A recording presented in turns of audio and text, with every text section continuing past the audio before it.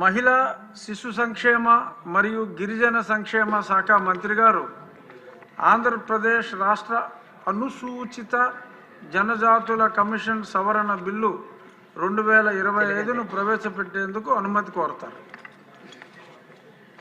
Speaker sir, I request to move for the leave to introduce the Andhra Pradesh State Commission for Scheduled Tribe Amendment Bill 2025. మంత్రి గారి ప్రతిపాదన సభా సమక్షంలో ఉంది. ఇప్పుడు విషయం ఆంధ్రప్రదేశ్ రాష్ట్ర అనుసూచిత జనజాతుల కమిషన్ సవరణ బిల్లు 2025ను ప్రవేశపెట్టడం.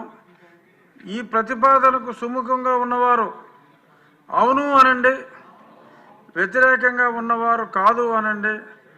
అవునన్నారు, అవునన్నారు, అందరూ అవునన్నారు. ప్రతిపాదన ఆమోదించడమైనది. బిల్లు సభలో ప్రవేశపెట్టబడింది.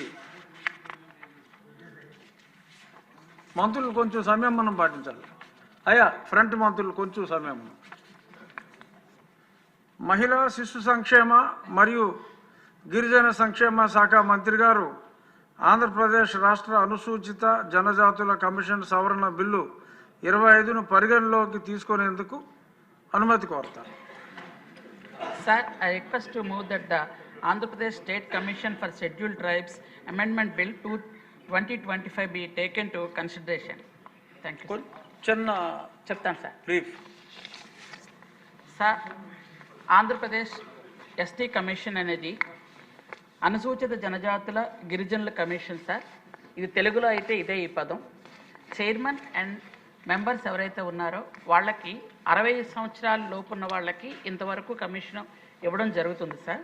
అయితే ప్రస్తుతం గరిష్ట వయోపరిమితి 60 సంవత్సరాలు ఉండడం వల్ల దాన్ని కొంచెం సవరించడానికి కోరుతూ ప్రజాప్రతినిధులు అలాగే గిరిజన సంఘాల వాళ్ళు అసంఖ్యాకమైనటువంటి దరఖాస్తులు పెట్టుకోవడం జరిగింది సార్.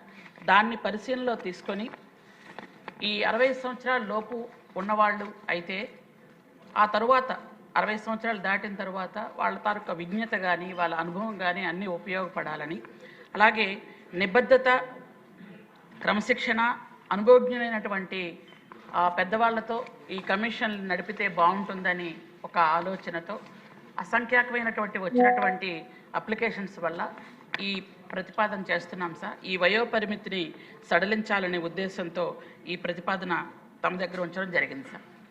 Thank you.